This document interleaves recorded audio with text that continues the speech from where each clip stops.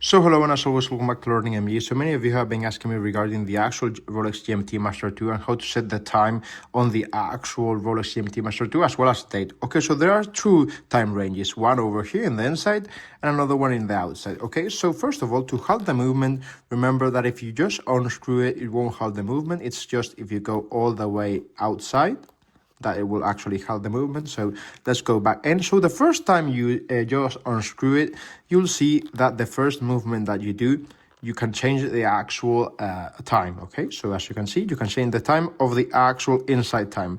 Now, as you can see, there's also an exterior time, okay? So there are two time ranges, one interior, one exterior. Interior with the actual small hand, and the actual blue hand over here would correspond to the actual exterior time, okay? So for instance, let's say we want to put 11 o'clock, so you would have it fitted with the actual 11 o'clock, okay? Now, the actual date, you change it by moving the actual, let's say, time hand over and over again. So now it's 12 o'clock, and then 12 night, it will change, okay? So as you can see, 12 o'clock, and then once again, 12 p.m. So let's say you want to put, I don't know, 1 o'clock, okay?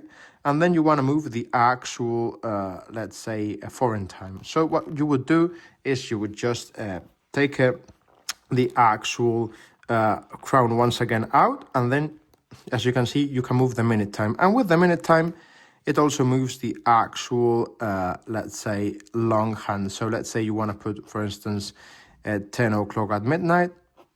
So you just move it over here. There you go. And now you just reset back your actual time. There you go. Yours 2 o'clock. And then let's say you want to put 2:30. You just take it one step downwards and you just move it slightly. 2:30, 1:30. You've got here 10 o'clock and 1:30. Okay. And then if you've done it all, you just screw it back in.